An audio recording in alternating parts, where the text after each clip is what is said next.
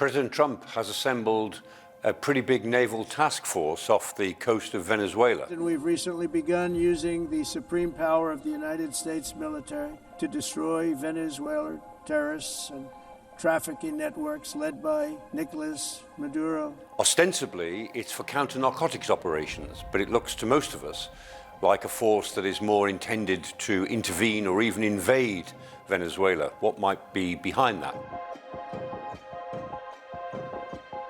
President Trump has made great play of his counter-narcotics policies in Central and Latin America. Opened up prisons, drug dealers, drug lords, everything coming out of Venezuela. They said, and we said, we're not going to put up with it anymore. And governments in Colombia and Ecuador are trying to be helpful. Stuart Ramsey for Sky News was in Ecuador recently reporting on the counter-narcotics operations there. The United States are giving us money and guns, technology. We are so happy about that. Most interestingly, though, the United States has attacked 3 boats that were traveling apparently from Venezuela towards the American coast. They didn't try to arrest them or surround them. They just blew them out of the water from the air. That is indicative of the new Trump policy, and a very big task force has been assembled off Venezuela, apparently for counter-narcotics purposes. Now, this task force is pretty big.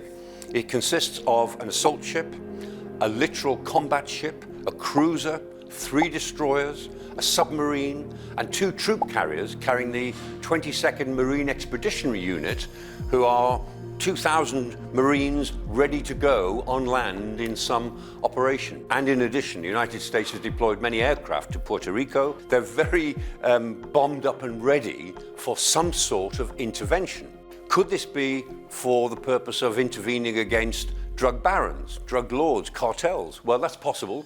President Trump has said to Congress that from now on, drug cartels will be regarded as a threat to American national security.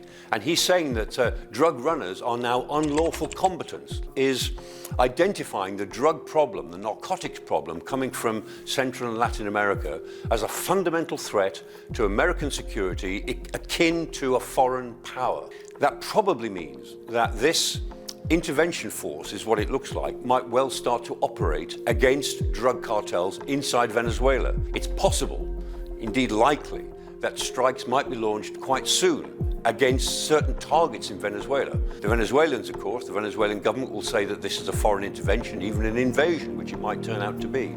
But if the Maduro government in Venezuela falls because of it, if the opposition comes out onto the streets, buoyed up by the idea that the Americans are somehow intervening, then Washington won't care about that at all. It would welcome the fall of Maduro. So this military buildup off the coast of Venezuela looks as if it's got 2 or 3 possible purposes, but counter-narcotics is probably not one of them.